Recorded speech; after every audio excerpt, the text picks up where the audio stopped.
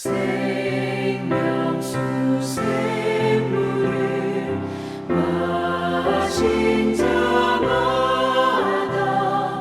목 다시 마르지 아니하고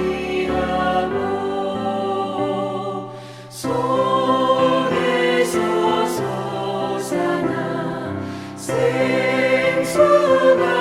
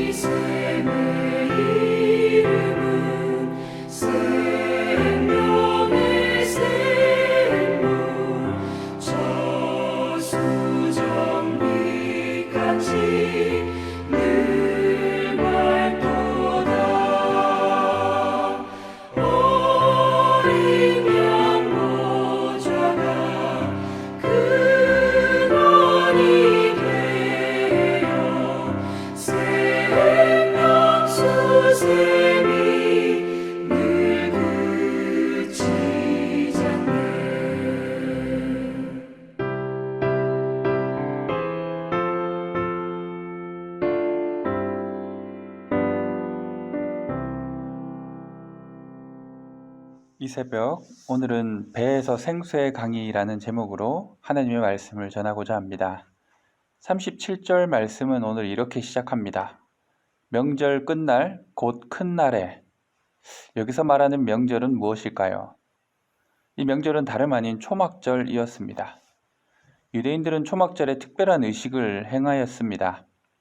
절기 동안 매일 실로암 연못에서 물을 길어다가 제단의 서편에 붓는 것이었습니다. 이는 이스라엘 백성들이 광야 생활을 할 때 하나님께서 반석에서 물을 내신 일을 기념하기 위한 것이었습니다.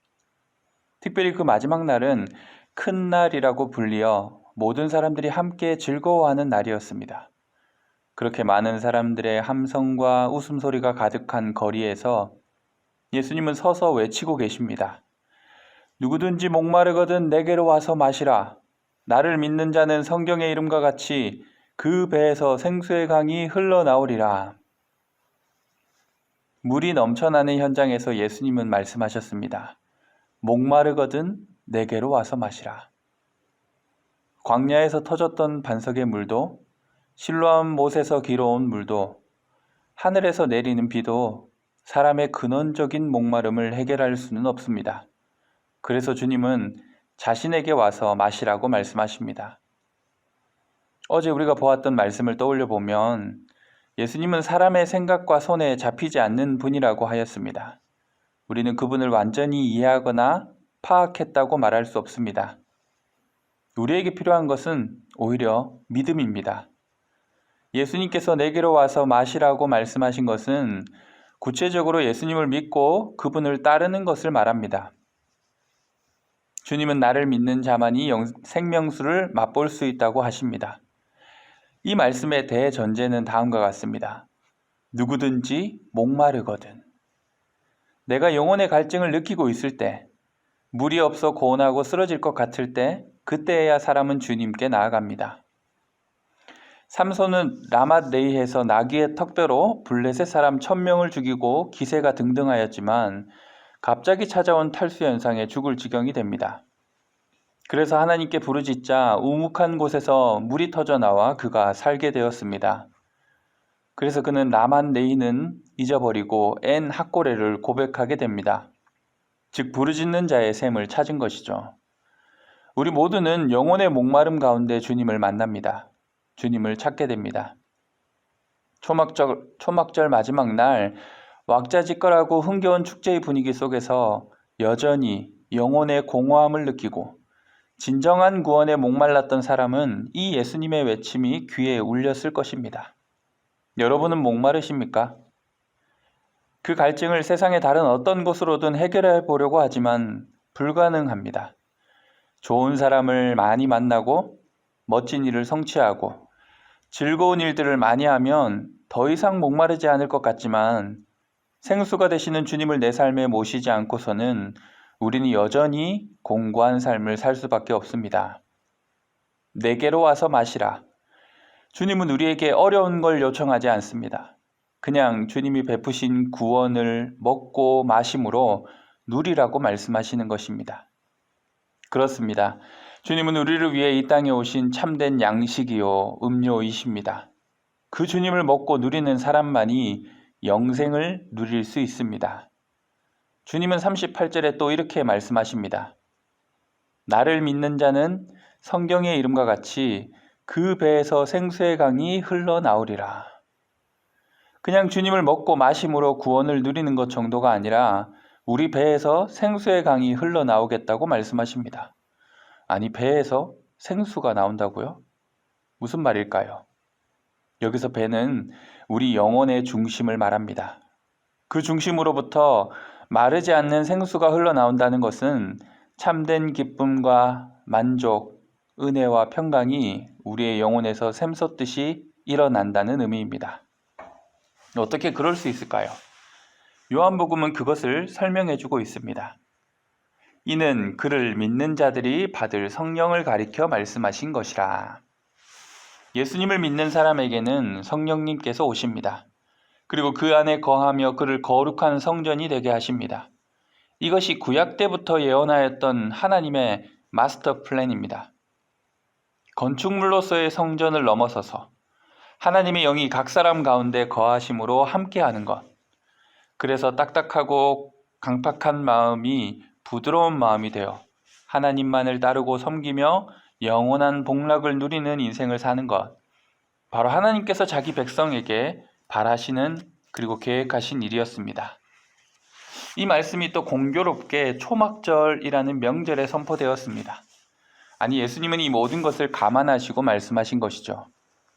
광야에서 머물던 시절 거룩한 하나님의 영광이 임한 회막을 바라보며 자신을 성결하게 겸비했었던 백성들. 그들은 자신들의 진영에 함께 거하시는 하나님의 영을 경험하였습니다. 그래서 척박한 광야 가운데 초라한 텐트였지만 특별한 은혜가 있었습니다.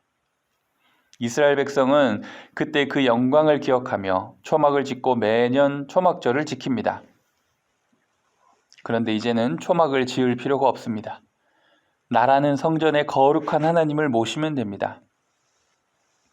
예수님을 통해 이제 성령님을 보내주실 것이기 때문입니다. 우리 배에서 생수의 강이 흘러나온다. 여러분은 이런 경험을 해보셨습니까? 성령의 내주하심으로 인해 흔들리지 않는 놀라운 평안을 느끼거나 기뻐하거나 만족할 수 없는 형편에서도 주님이 주시는 참된 기쁨으로 찬양하며 경배하였던 경험. 나라는 연약한 인간의 한계를 넘어서는 특별한 감동과 능력에 사로잡힌 적이 있습니까? 그랬던 적을 한번 떠올려 보시면 그때는 우리가 우리 자신을 주장하거나 자신만만하게 자기 힘과 지혜를 의지하던 때가 결코 아니었습니다. 말 그대로 내가 아닌 주님을 믿고 신뢰할 때 성령님께서 우리 삶 가운데 거할 자리를 마련하고 놀라운 은혜의 강물을 맛보게 하십니다. 그 물은 나라는 개인에게만 그치지 않고 주변을 살리고 변화시키는 생명수가 됩니다. 사실 오늘 우리가 함께 읽은 본문에는 주님에 대한 의견이 다양했습니다. 주님을 믿는 자도 있고 그분을 도저히 인정하지 않는 사람들도 존재합니다. 그들의 차이는 무엇이었을까요? 어떤 이들은 예수님의 음성에 마음을 열었습니다. 그래, 내 인생의 목마름을 해결해 줄 수 있는 분은 바로 예수님밖에 없어. 예수님만이 나의 주님이셔. 그런데 또 다른 이들은 목마름을 느끼지 않았습니다. 자신이 아는 바와 경험을 기준으로 예수를 따르는 사람들은 율법도 모르는 사람들이라고 비난하고 정죄하였습니다. 영혼의 목마름으로 밤에 예수님을 찾아왔던 니고데모는 이때 소신 발언을 합니다. 우리 율법은 사람의 말을 듣고 그 행한 것을 알기 전에 심판하느냐? 니고데모의 말대로 종교 지도자들은 예수님의 말과 행동을 제대로 듣고 파악하기도 전에 정죄하고 심판하였습니다. 그들은 그들 가운데 자기 자신이 너무 많아 하나님의 영을 모실 자리가 없었습니다. 다시 말해 그들은 목마르지 않았습니다. 우리는 주님의 음성, 이 외치는 소리를 듣고 이렇게 고백했으면 합니다. 예, 주님, 저희가 목마릅니다. 성령 하나님, 저에게 오셔서 저희를 다스려 주옵소서. 그래서 배에서 생수의 강이 넘쳐나는 놀라운 은혜를 매일매일 누릴 수 있기를 소망합니다. 그러한 고백으로 성령 하나님을 매 순간 경험하는 우리 복된 성도님들의 삶이 되기를 소망합니다. 기도하겠습니다. 하나님, 우리 영혼을 세상의 어떤 화려하고 좋아 보이는 것들로 가득 채워도 참을 수 없는 허무와 절망을 지울 수 없습니다. 우리는 영혼의 목마름으로 오늘 외치신 주님의 음성에 귀를 기울이고자 합니다. 저희는 주님이 주시는 생수로 영원한 생명을 누리길 원합니다. 성령님을 우리의 삶의 가장 소중한 자리에 모시고 배에서 생수의 강이 흘러 넘치듯이 평안과 기쁨이 넘치는 삶 되게 하시고 사람과 세상을 살리는 생수의 통로가 되게 하옵소서. 코로나로 인하여 여러 어려움들을 겪는 우리 삼덕교회가 이 일을 계기로 주님께 더욱 의지하게 하시고 믿음으로 담대하게 주만을 바라볼 수 있는 거룩한 공동체 되게 하여 주옵소서. 감사드리며 예수님의 이름으로 기도드립니다. 아멘.